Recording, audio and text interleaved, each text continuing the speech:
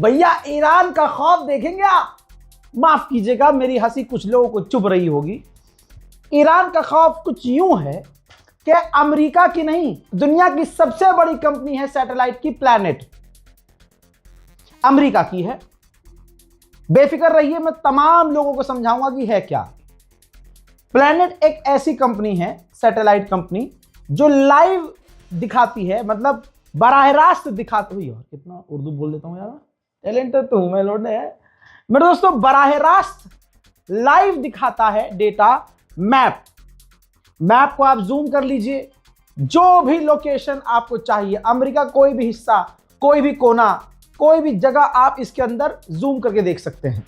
दुनिया की सबसे ज्यादा फेमस कंपनी है ये, सबसे बड़ी कंपनी है, इससे बड़ी सैटेलाइट की कंपनी नहीं है। अमेरिका का खौफ देखिए। अमेरिका ने कहा है कि मिडिल ईस्ट में जहां जहां अमेरिका के बेस हैं, और खासकर अमेरिका, पूरा अमेरिका, इसका डेटा दिखाना बंद कर दो।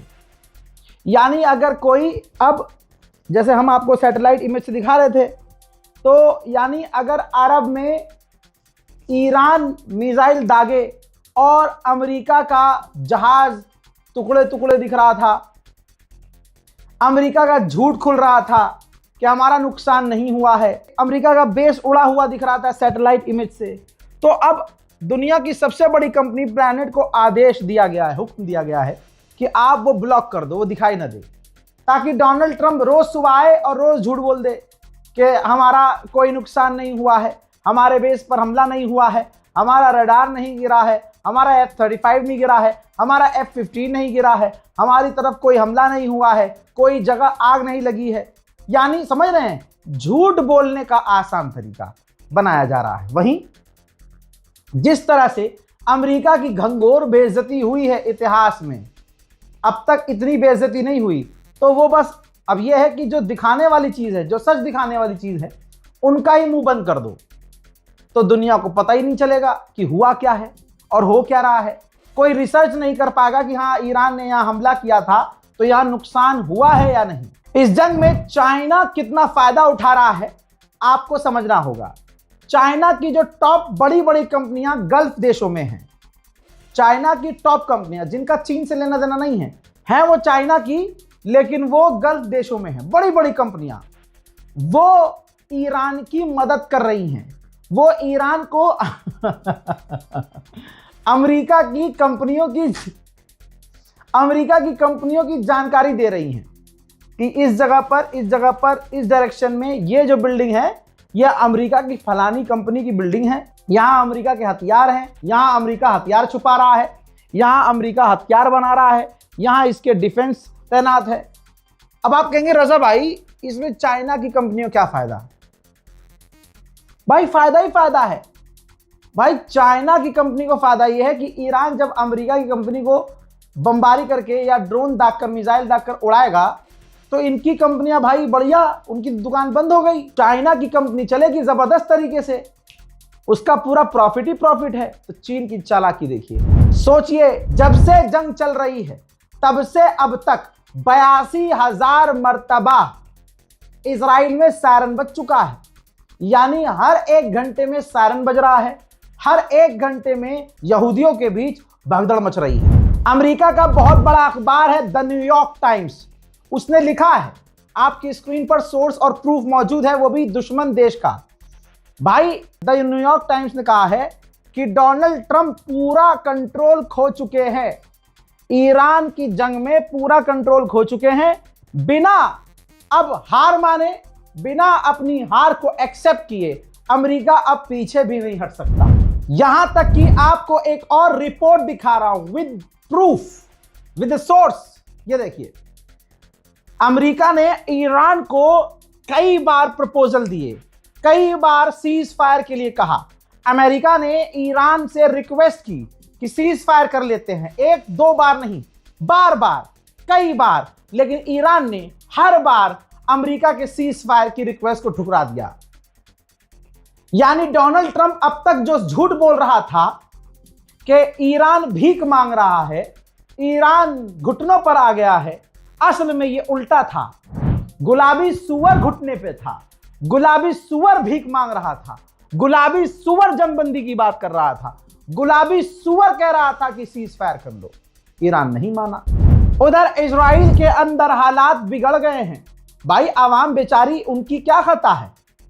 आम तो आम होता है, जरूरी थोड़ी कि सारे यहूदी ऐसे ही हों जैसे नेतन्याहू है। आवाम परेशान है, कामकाज बंद है, जीडीपी गिर चुकी है, स्कूल कॉलेज बंद है, काम नहीं चल रहा है, लोग नौकरी पर नहीं जा पा रहे हैं, हर घंटे सायरन बज रहा है, लोगों की जिंदगी बंकर वाली हो चुकी है। अब आवाम थक गई है। अब जो इजराइल के लोग हैं सड़कों पर प्रोटेस्ट कर रहे हैं, देखिए, और ईरान से जंग बंदी की मांग कर रहे हैं कि ईरान से जंग खत्म करो, ईरान से लड़ाई खत्म करो, हम थक चुके हैं। ऐसे में इजराइल की पुलिस ने उन इजरायली प्रदर्शनकारियों के साथ वैसा ही व्यवहार किया जैसा वो फिलिस्तीनियों के साथ करते हैं। उन्हें गिरफ्तार किया, कईयों को मारा और पीटा।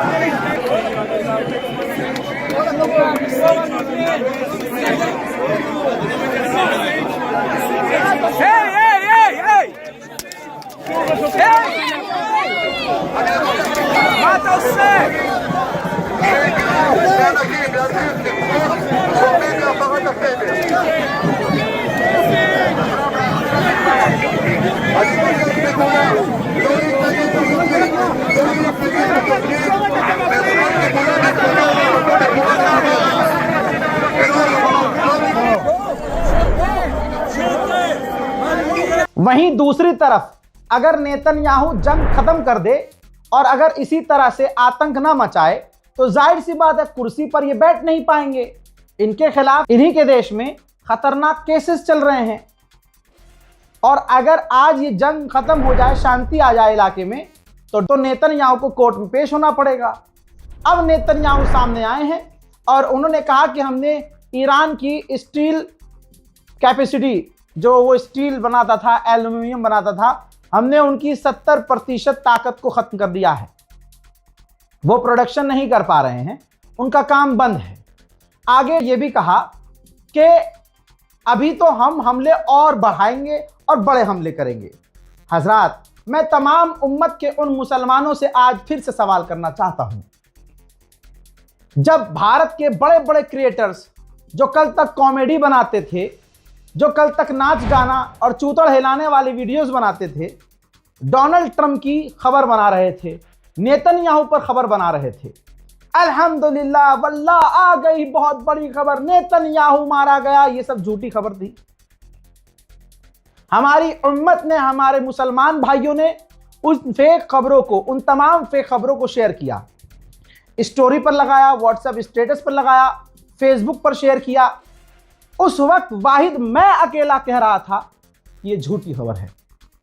जब खामनाई की शहादत पर पूरे वेस्ट एशिया में सिर्फ एक अकेला मैं था जिसने उन शहादत के ऐलान से 10 घंटे पहले ऐलान कर दिया था। वेस्ट एशिया में, फिर से कह रहा हूं, वेस्ट एशिया में मैंने ऐलान कर दिया था कि शहादत हो चुकी, और ये तुक्का नहीं था। अपनी इज्जत खतरे में मैं क्यों डालता? ईरान के मौलाना वीडियो बना रहे थे आड़ी टेढ़ी यूट्यूबर्स को टारगेट करके, वो मुझे मैसेज कर रहे थे, फोन कर रहे थे, सुबह 6 साढ़े 6 बजे तक प्रेशर डाल रहे थे कि वीडियो डिलीट करो, वीडियो डिलीट करो, मोमनीन परेशान हो रहे हैं। अबे वो मोमनीन है तो मैं क्या काफिर हूं? वो ईरान से मोहब्बत करते हैं, खामनाई से मोहब्बत करते हैं, और नाउजुबिल्लाह मैं खामनाई से नफरत करता हूं। क्या कहना चाह रहा है भाई तू? कहना क्या चाह रहा है भाई? सुबह 7:05 पर फिर ऐलान हो गया कि खामनाई की शहादत हो गई, ईरान ने आधिकारिक तौर से बताया। लेकिन उस दौरान पूरी उम्मत ने गाली बकी मुझे, तमाम मुसलमानों ने गालियां बकी। क्या नहीं कहा गया मुझे? जो हसद करने वाले लोग थे, मुंह पर अस्सलाम वालेकुम वरहमतुल्लाह व बरकातहू करते थे, उनको ऐसा लगा कि आज ऊंट आ गया पहाड़ के नीचे, उन्होंने जहर उगलना शुरू किया। ईरान एम्बेसी में अपने सोर्स के जरिए, गुलामी के जरिए, चापलूसी के जरिए एक खास व्यक्ति है जो आपको पत्रकार नजर आएगा लेकिन पत्रकार नहीं है, चापलूसी करता है। भाई उसका YouTube चैनल का लोगो, आप सोचो मेरे साथ कितनी गद्दारी हुई है। उसका YouTube के चैनल का लोगो मैंने बनाया, उसके Facebook चैनल पर जो लोगो आज YouTube पे लोगो आज लगा हुआ है वो मेरे हाथों के द्वारा बनाया गया। आप ये समझिए कि कौम में हासिद कितने लोग हैं। आप ये मत कहिए रजा भाई छोड़ दीजिए, नहीं, जब मेरे साथ ऐसा हुआ और जिस तरह से मैं मेंटली टॉर्चर हुआ हूं, सोचिए आप में से अगर ये कोई किसी के साथ करे या आपके साथ ऐसा हो, हमारे आने वाली पीढ़ी के साथ ऐसा हो, तो कितना गलत है। इसको रोकना होगा, आवाज उठा। अपने ऊपर हो रहे जुल्म पर आप नहीं बोलोगे तो दूसरे के ऊपर हो रहे जुल्म पर आप कैसे बोल लोगे। ईरान एम्बेसी दिल्ली के अंदर वो व्यक्ति है, समय आने वाला है मैं नाम भी बताऊंगा, पत्रकार बनता है मौलाना, और उसका एजेंडे क्या है, उसका एजेंडा क्या है, वो अपने मुंह से 4 लाइन नहीं बोल सकता कौम के हक में, क्योंकि फटती है कि गवर्नमेंट गिरफ्तार कर लेगी। जैसे रजा पर 53 केस हैं, ऐसे केस मेरे पे हो जाएंगे, लेने के देने पड़ जाएंगे। आप समझ रहे हो। अब उनके भाई जो हैं खुद मौलवी हैं, तो अपने भाई के सोर्स से ईरान एम्बेसी में वो नौकरी कर रहा है, गुलामी कर रहा है, मुझे नहीं पता। अगर आप ईरान के supreme leader Ayatollah Syed Ali खामनाई जो शहीद हुए, उनके जो यहाँ रिप्रेजेंटेटिव हैं, उनकी वीडियोस आप देखिए, मैं इशारा कर रहा हूं, जो उन्होंने आधिकारिक तौर पर वीडियोस पोस्ट की हैं पेज पर, इंस्टाग्राम पर अपने, ईरान एम्बेसी दिल्ली। ज्यादातर वीडियो में वो आपको व्यक्ति नजर आएगा चापलूसी करता हुआ, मौलाना लोगों के आगे पीछे घूमता हुआ नजर आएगा, और जो गेस्ट वहां आते हैं उनके जूते चप्पल उठाता हुआ नजर आइए। फुटेज खाने का शौक है, पत्रकार बनने का भी शौक है, लेकिन इतने गट्स नहीं कि वो हक बयानी कर सके। जो लिखा होगा वो पढ़ के बता देगा, जो मौलाना होंगे, इमाम होंगे, उनके मुंह में माइक ठूस के उनसे बयान ले लेगा और उसको ये पत्रकारिता कहेगा, दूसरों से हसद करेगा। है वो शिया समुदाय से, ये भी क्लियर कर दूं, है वो शिया समुदाय से, मजलिस मातम में जा जाकर वीडियो बनाता है और वहां जाकर सिर्फ यही समझ रहे आप, वो एक उसका आइडियोलॉजी उम्मत है ही नहीं, उसकी आइडियोलॉजी उम्मत नहीं है। बस आगे नहीं बोलना चाहता कि आइडियोलॉजी है क्या, लेकिन चापलूसी करके कभी पत्रकार बन गए, पत्रकारिता में कुछ नहीं हो पाया तो ईरान से जो टूरिस्ट आते हैं ये ज़ियारत पर भेजते हैं, उन्हीं के जानने वाले हैं, ज़ियारतों पर भेजते हैं। अब लगेज में कुछ होता है कि इतना किलो लगेज आप वापस लेके जा सकते हो, उन्हीं ज़ायरीन में से किसी का सामान कम है तो उसमें ठूस दिया अपना ज़ाफ़रान, अपना काजू पिस्ता बादाम, और वहां से ज़ाफ़रान इंडिया लाकर अब यहां बेच रहे हैं। तो उनका नहीं पता कि वो करना क्या चाह रहे हैं, लेकिन मेरे जैसे व्यक्ति जिसने उनके लिए सब कुछ किया और एक टांग पर उनके साथ खड़ा रहा, उस व्यक्ति के साथ मेरा हम उम्र है, एक वक्त हमारा साथी हुआ करता था, साथ में हम वीडियोस बनाया करते थे, वो भी रिपोर्टिंग कर रहे हैं, हम भी रिपोर्टिंग कर रहे हैं। लेकिन हसद देखिए, हसद देख रहे हो आप, इतनी हसद, पीछे से प्रोपेगेंडा, जहर। जब मैंने खामनाई की शहादत का ऐलान किया, ईरान एम्बेसी में हड़कंप मचाने वाला, जहर उगलने वाला वही व्यक्ति था। लोग कान भरना, जहर उगलना। अरे भाई, आलिम दीन की हम भी बहुत इज्जत करते हैं, लेकिन तुम्हारे जैसे चापलूसी नहीं करते हैं कि सामने से मीठे रहो और कान में दूसरे के लिए जहर उगलो, हसद करो, चिढ़ो जबरदस्ती। और मैं ऐसा मिजाज का आदमी कि मैं सोचता हूं कि आज भी अगर उस व्यक्ति को मेरी जरूरत है तो भाई मैं खड़ा हूं, मेरा ये नेचर है। इसलिए डिस्कस करना जरूरी था कि ये तो मैं हूं, झेल गया। हमारी कौम में कितने बेचारे ऐसे नौजवान होंगे जो कुछ करना चाह रहे होंगे, और उनके साथ अगर ऐसे लोग हों आजू बाजू में जो उनके साथ ऐसा करे, वो आगे कैसे बढ़ेंगे? उनका मनोबल तो वहीं टूट जाएगा। जहां सारी दुनिया बेपनाह प्यार दे रही है मुझे, कह रही है कि हमारी कौम का कोई तो चैनल है, उम्मत का कोई तो चैनल है, और कोई तो ऐसा जिगर वाला है जो सरकार की आंखों में आंखें डालकर सवाल करता है, तो हम इसके साथ हैं। दुनिया हमारे साथ है, वो पीछे से जहर उगल रहे हैं। समय आने वाला है, मैं आपको नाम भी बताऊंगा और इंशाअल्लाह मैं चैनल भी दिखाऊंगा। फेसबुक तो उसका 2 मिनट में उड़ जाएगा, लेकिन ये मेरी मोहब्बत है उम्मत से कि वो मुसलमान है, इसलिए उसके चैनल के खिलाफ अभी तक हमने कोई एक्शन नहीं लिया है। मतलब जितने उस फॉलोअर लेके बैठे हैं सब गायब हो जाएंगे, गोली हो जाएंगे। लेकिन चलिए ठीक है, कोई बात नहीं, मैं अपना ही दिल बड़ा कर लेता हूं। लेकिन जब बात एक ये है, फरहान यहिया भाई, मेरी कोई रिश्तेदारी थोड़ी है इस आदमी से, लेकिन खुदा की कसम इस लाइन में, पत्रकारिता में हीरे से अगर कोई ऊपर चीज हो ना तो यह आदमी है मेरे लिए। अगर मैं कभी नहीं गया इनसे मिलने के लिए, ना जा पाता हूं, क्योंकि इनको पता है कि भाई मेरा ग्राउंड का काम ही नहीं है। अगला आदमी मेरे पास खुद आता है, बैठकर 4-4 घंटे कब बीत गए पता नहीं चला। और खुदा की कसम कभी इस आदमी ने और मैंने इनसे और इन्होंने मेरे से किसी की गिबत नहीं की, बस उम्मत के लिए बात की कि यार हाँ, एक वो नौजवान है, वो आगे बढ़ जाए तो अच्छा होगा, कौम को फायदा होगा। यही रवैया, यही लहजा और यही सोच मेरी रही। अब आप सोचिए, एक ये पत्रकार हैं जो अपनी जिंदगी हथेली पर लिए दिन रात 24 घंटा बीवी बच्चे फेंक के छोड़ के ग्राउंड पर दौड़ रहे हैं, तो ऐसे इंसान को प्यार करना चाहिए, थोड़ा बहुत प्यार मुझे करना चाहिए, या ऐसे इंसान को सपोर्ट करना चाहिए हम जैसे लोगों से नफरत कर रहा हो, बुग़्ज़ कर रहा हो, हसद कर रहा हो। उधर आधी रात बीतने के बाद डोनाल्ड ट्रंप ने एक वीडियो शेयर किया और लाइन लिखी कि बहुत सारे ऐसे लीडर, ईरान के मिलिट्री लीडर्स जो बहुत गंदे तरीके से, उनको बहुत खौफनाक तरीके से मार दिया गया है, उनके अपने साथियों के साथ कत्ल कर दिया गया है। मैसिव स्ट्राइक तेहरान में किया गया है और सबको कत्ल कर दिया गया है। ईरान के पेट्रोकेमिकल फैसिलिटी पर जो हमला किया गया, उसका ये वीडियो आपके सामने है। भाई, फज्र 1 और फज्र 2 पेट्रोकेमिकल फैसिलिटी है, अमेरिका इजराइल ने हिट की है, 5 लोग मारे गए हैं, 170 लोग घायल हुए हैं। हजरात मोहतरम, इसके बाद ईरान ने अरब और इजराइल के पेट्रोकेमिकल फैसिलिटी को उड़ाने की धमकी जारी करते हुए पोस्टर रिलीज कर दिया है। जाहिर सी बात है, ये जंग खत्म होने के बजाय हजरात ये जंग बढ़ रही है। उधर ईरान ने कहा है कि हमारे इंफ्रास्ट्रक्चर पर हमला करके वॉर क्राइम अमेरिका और इजराइल कर रहे हैं। उधर पाकिस्तान के विदेश मंत्री ने ईरान के विदेश मंत्री से बात की है, फिर से बातचीत करके मामले को निपटाने की बात रखी गई है और ईरान ने अपने ताज़ा हालात पाकिस्तान के विदेश मंत्री को दिए।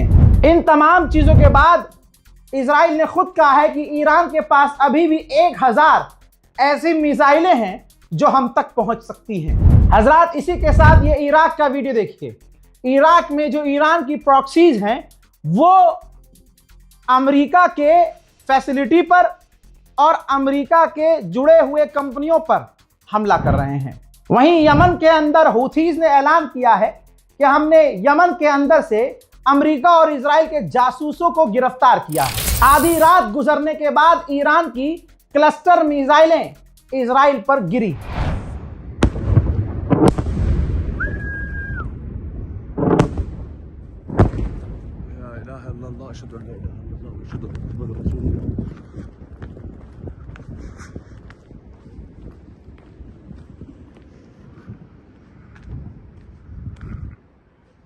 हजरात, लीजिए और बड़ी खबर। कुवैत के वाटर प्लांट और इलेक्ट्रिसिटी प्लांट पर हमला हुआ है। ईरान जो जो कह रहा है वो कर रहा है। अमेरिका इस जंग को बढ़ा रहा है। मोहतरम हजरात, इस रिपोर्ट को शेयर कीजिएगा, अपनी राय कमेंट सेक्शन में जरूर लिखिएगा। शिया सुन्नी इस फितने से बचिएगा और एक दूसरे की गीबत या किसी की भी गीबत, अपने भाइयों की, अपने दीनी भाइयों की गीबत करने से बचिएगा, क्योंकि यह कुरान में है, यह हदीस में है। किसी की गीबत करना ऐसे है जैसे अपने सगे भाई जो मुर्दा हो गया है, जो मर गया है, उसके मुर्दा जिस्म को नोच कर खाना, उसका गोश्त खाना।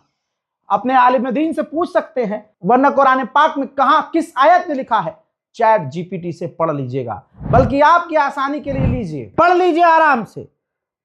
सूरह अल बकरा में आयत है, इसके अलावा सूरह अल बकरा में 2.217 पर जाइएगा, आपको वो आयत मिल जाएगी। 2 आयत तो सूरह अल बकरा में है, और सूरह अल अनफाल 8.25 पर आप जाएंगे, आपको मिल जाएगी यह आयत। और फितना, उत्पीड़न यानी अत्याचार कत्ल से भी बढ़कर है, समझ रहे हैं आप।